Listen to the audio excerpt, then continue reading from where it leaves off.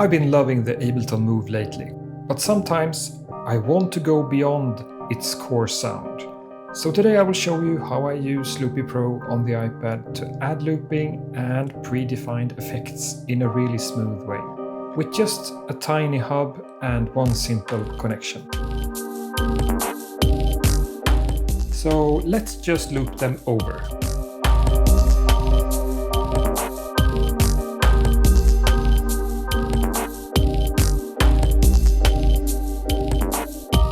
So the drums is done, let's mute this whole track and go on with the bass.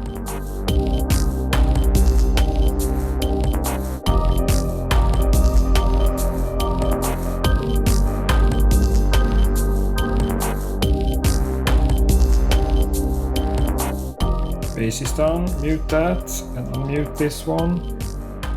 And just continue with this pad sound here.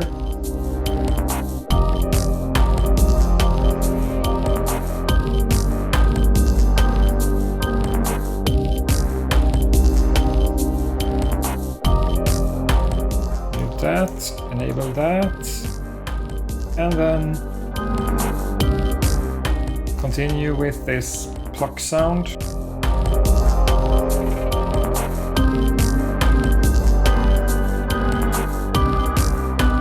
Okay, so what just happened there? We looped over the complete track on the Ableton Move over to the iPad and Loopy Pro. And in this case, we also had some pre-defined effects enabled on specific channel. So for example, this melody here, if I play this in solo, you can hear that I have this Other Desert Cities on this to get some delay and reverb. I also got some low cut here to just free up the mix a bit. And also on this track, I got some stutter effect, this rate automation here. So without that, it sounds like this. And we also got some low cut here. Because if we disable that, you can hear that there's a lot of low end in this one, and that will mud up the mix. And we don't want that. So let's enable that again. And here we have this, which I originally recorded from the Polygon synth.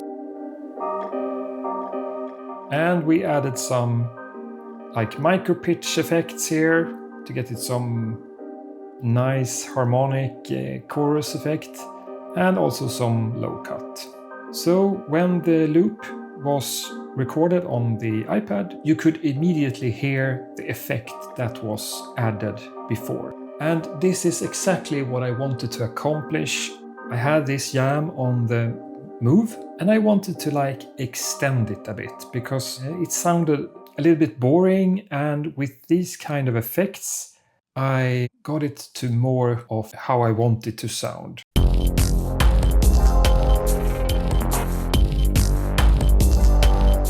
I actually thought you could do this with like the Ableton Note, but apparently there's not any support for like AUV3 or Interact Audio. If there was that, this would be even more simpler because I can just transfer that to the cloud, jam, and then open it in Note and then start to work the same way, but only with the iPad itself. You don't need this connection that I have here.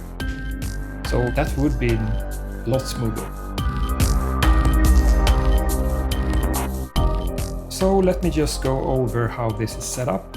So I have connected the iPad via this USB hub. The USB hub is connected to the Ableton Move to get some USB audio into the iPad, and this is the audio output from the whole mix in Loopy Pro. So in the Ableton Move, I have enabled USB-C audio out to main out, and then I receive it down here.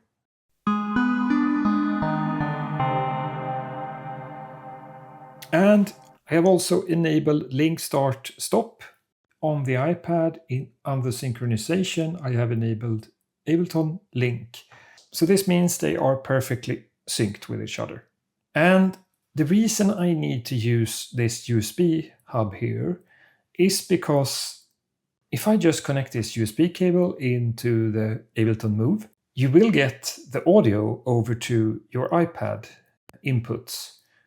But there's no actual way to listen to it yourself because you don't have any headphones out or something like that. So this USB hub adds headphone out, then I can bring it out to my headphones or mixer in this case.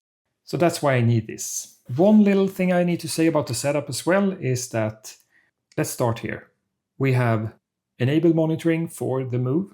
You need to go in here on the inputs and select the Move. So this is the source input, and then we have the destination, and this of course needs to target this USB hub. And in this case it's 3 and 4, it says there, but it's this one. And that's also true for every channel you have here. So every of these loops is represented here by these colors, and here you need to set the target output to this USB hub as well. So I've set this for all these. So that's all I wanted to share today. It's just a short video. I just wanted to share how I extend the Ableton Move with some predefined effects and some nice looping workflow that I think works really well. And as you can see, it could be a really small setup, just an iPad mini, like a mini USB hub, and you're good. So I hope you like this one. See you in the next one. Bye.